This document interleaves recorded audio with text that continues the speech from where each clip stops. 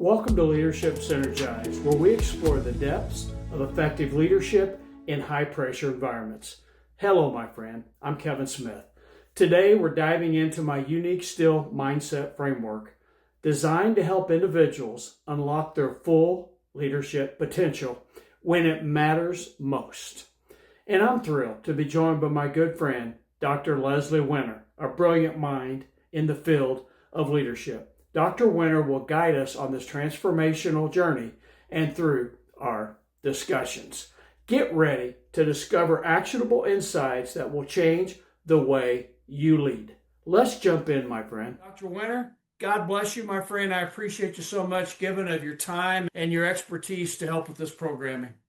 Well, we've had an absolute blast making and creating these episodes and listening about the power of the still mindset, something I know the both of us have talked about numerous times, that we wish we would have had that knowledge earlier in our careers. We probably would have been a lot happier and a lot more effective during that time. But that's true.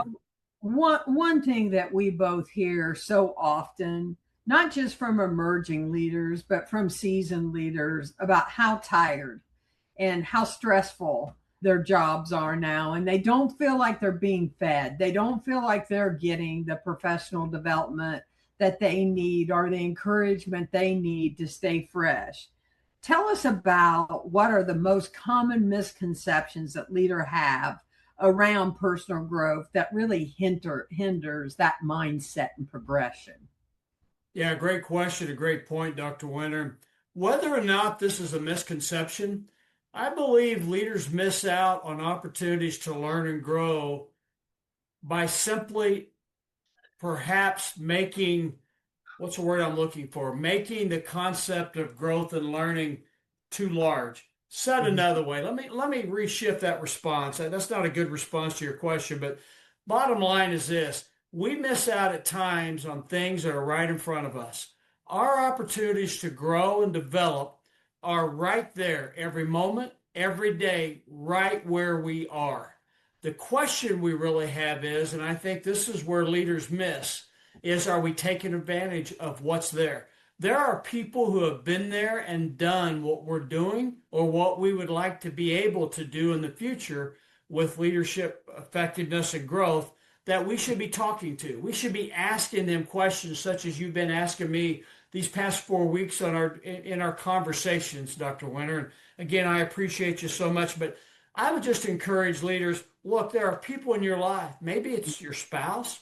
Maybe it's your child, your grandchildren. I have grown more through my 4 grandchildren in the past 12 years than perhaps I've ever grown in any 12-year segment and era of my life, simply by watching the resiliency, watching them how they manage the frustrations they have. But yet, number one, and I've struggled with this, I've struggled with joy in life, watching how joyful each and every one of them are in their own unique way.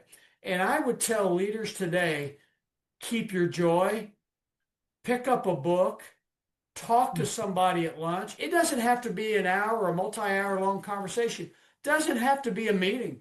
Go find someone, whether you report to them, they report to you, or you're on an even organizational scale. Ask them a question, but plan this week. Who might you go to?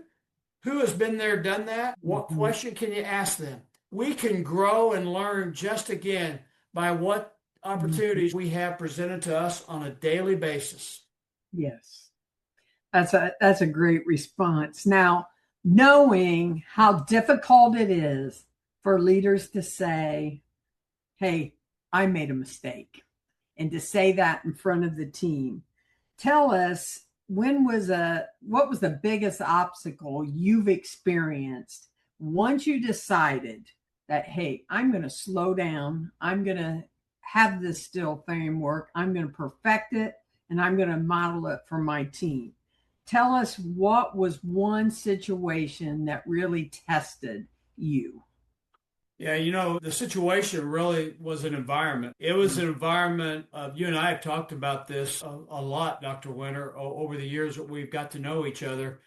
And it's one that I think irritates both of us, if you will. And that's the environment of the good old boys network. The mindset of working within that environment, quite honestly, in a higher educational structure to where talents and strengths aren't appreciated. And you just know, and in essence, many things that were being driven, focused, asked of you were things that were not pertinent to keeping the main thing the main thing. They were missing the heart of what we were there for. But the challenge obviously became, how can I stay true to self? And it eventually got to the point that I felt I couldn't further stay true to self, which forced me to make a decision to move on to a different organization, different focus. That quite honestly had just the reversed impact, empowered its people. It allowed the individual strengths to be there. It allowed that stillness approach, and was just magnificent to work in that environment.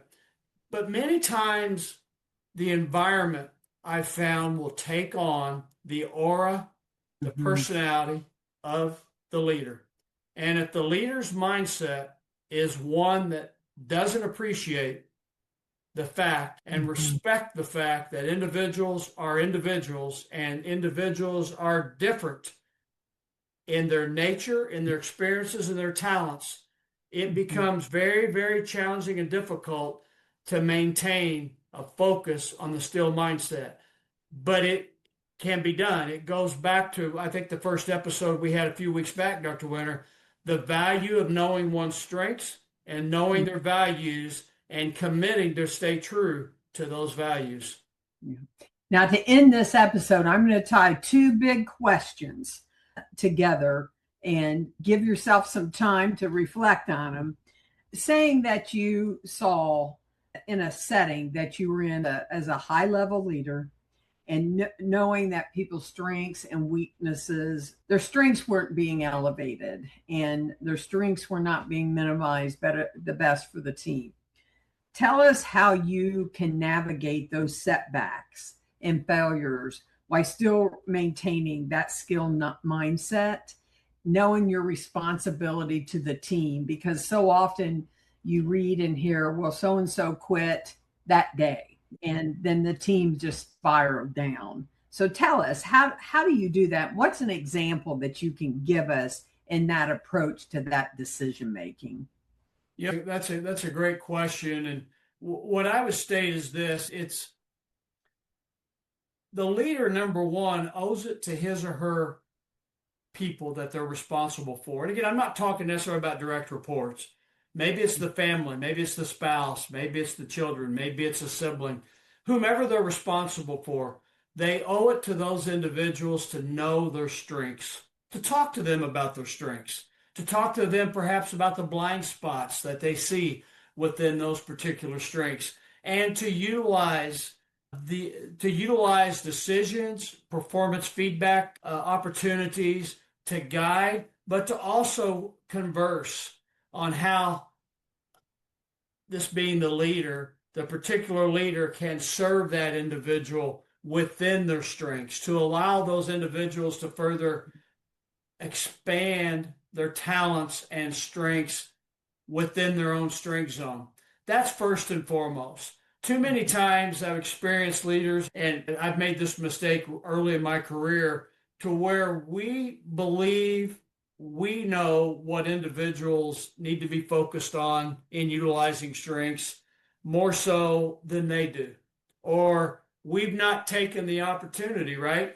The true aspect of a leader understanding an individual's talents and whether or not those talents and strengths are being utilized effectively is when that leader clears their mind, takes the time to truly focus on what they're observing, to truly converse, to truly hear and empathize with the respective individual and absorb what's being said, utilize the individual's experiences, and then work with them to put together the construct of how they can become more effective. And many times what's happening there, Dr. Winter, is the leader is expanding a value focus that an individual didn't even know they had. That's just an excellent way, and it gives me a lead in to finish this episode. What you've shared with us is leadership isn't measured by always by outcomes. It's by the lasting influence that you have with the people you serve. And strong leadership's about cultivating that trust, fostering that growth, and then creating meaningful change while remaining grounded in what your role is as a leader and service the other. Just an outstanding episode, and we're looking forward to next week's when we dive deeper into the STILL framework. Thank you for tuning into this episode of Leadership Synergized. I hope you found value in our discussion on the STILL mindset framework. Remember, leadership thrives in the face of pressure. We're here to help you navigate those challenges in those high pressure moments and environments. Don't forget, subscribe and share this episode with anyone looking to lead with confidence. Join us next time as we get into more insights. And until then, stay synergized.